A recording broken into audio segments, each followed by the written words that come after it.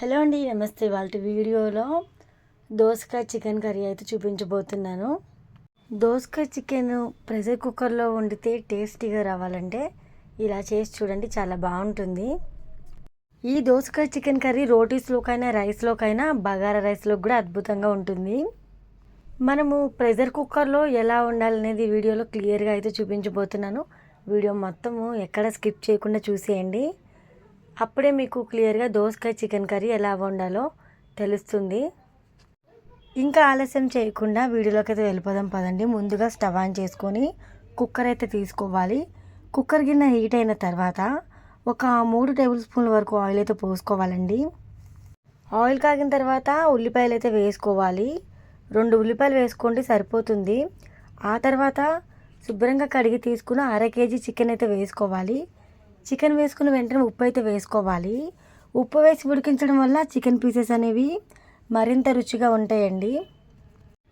ఇక్కడ ఈ విధంగా కలుపుతూ చికెన్ అయితే ఉడకనివ్వాలి. ఆ తర్వాత మనం ఏం చేయాలి అంటే దోసకాయ ముక్కలు అయితే సన్నగా కట్ చేసుకొని అయితే వేసుకోవాలి. నేను ఇక్కడ ఒక్క దోసకాయ తీసుకుంటున్నానండి. 1/2 కేజీ చికెన్కి ఒక్క దోసకాయ తీసుకుంటున్నాను. మీకు దోసకాయ ఫ్లేవర్ అనేది ఎక్కువగా కావాలి అనుకుంటే 2 దోసకాయలు తీసుకున్నా పర్వాలేదు. ఇప్పుడు దోసకాయ ముక్కలు వేసుకొని ఈ విధంగా ఫ్రై చేసుకుంటున్నాం కదా. ఇలాంటి టైంలో మనమైతే దోసకాయ కాస్త మగ్గుతూ ఉంటుంది. అలాంటి టైంలో ఒక 1/2 టేబుల్ స్పూన్ వరకు పసుపు అయితే వేసుకోవాలండి. పసుపు అనేది కొంచెం ఎక్కువగా ఉంటేనే ఫ్లేవర్ అనేది బాగుంటుంది, చూడ్డానికి కలర్ఫుల్గా ఉంటుంది. అలానే మన శరీరానికి యాంటీబయాటిక్గా కూడా పనిచేస్తుంది. అలానే అప్పటికప్పుడు రుబ్బిన అల్లం వెల్లుల్లి పేస్ట్ అయితే వేసుకోవాలి. 1 టేబుల్ స్పూన్ వేసుకోండి, సరిపోతుంది. ఇప్పుడు పసుపు అల్లం వెల్లుల్లి పేస్ట్ అయితే వేసాం కదా, చికెన్ ముక్కలకి పట్టేలాగా కలుపుకుంటూ చికెన్ అయితే ఉడకనివ్వాలి. ఆ తర్వాత 1 లేదా 2 టమాటాలు తీసుకొని సన్న ముక్కలుగా కట్ చేసుకొని అయితే వేసుకొని కలుపుకోవాలి.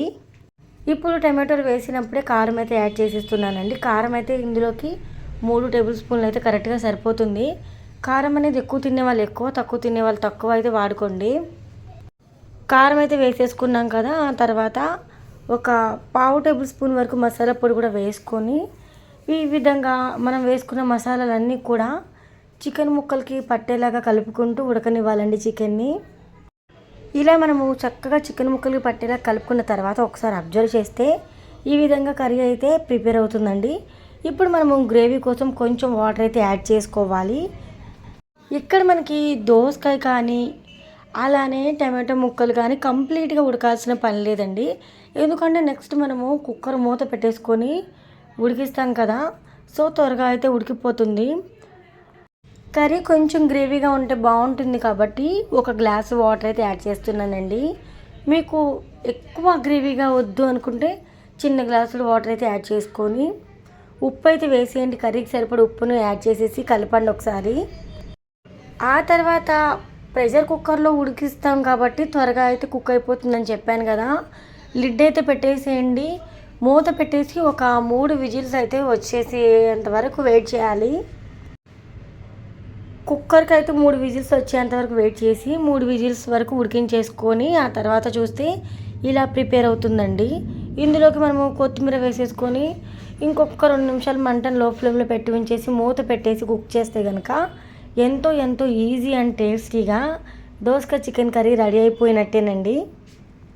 ఎప్పుడైనా కానీ మనము ప్రెషర్ కుక్కర్లో ఉడికించేటప్పుడు మనకి ఓపెన్ చేసే ముందు ఒకసారి గాలంతా పోయేలా చూడాలి. ప్రెషర్ అంతా బయటకు వెళ్ళిపోయేలాగా చూసి ఆ తర్వాత ఓపెన్ చేసుకోండి. ఇక్కడ మనం గమనించినట్లయితే కర్రీ నుంచి ఆయిల్ అనేది సపరేట్ అయ్యి చక్కగా చూడడానికి కలర్ఫుల్గా మంచి గ్రేవీ అయితే ప్రిపేర్ అయిపోయింది. రైస్లోకి రోటీస్లోకి అద్భుతంగా ఉంటుంది. నేను చేసిన ఈ దోసకాయ చికెన్ కర్రీ మీకు నచ్చితే కనుక వీడియోకి లైక్ ఇవ్వండి. ఇలాంటి మరెన్నో వీడియోస్ కోసం మామ్స్ కిచెన్ రెసిపీస్ ఛానల్ని సబ్స్క్రైబ్ చేయడం మాత్రం మర్చిపోవద్దు. మరొక మంచి వీడియోతో మళ్ళీ కలుద్దాం. Thank you so much for watching. వీడియోకి లైక్ ఇవ్వడం మర్చిపోవద్దు.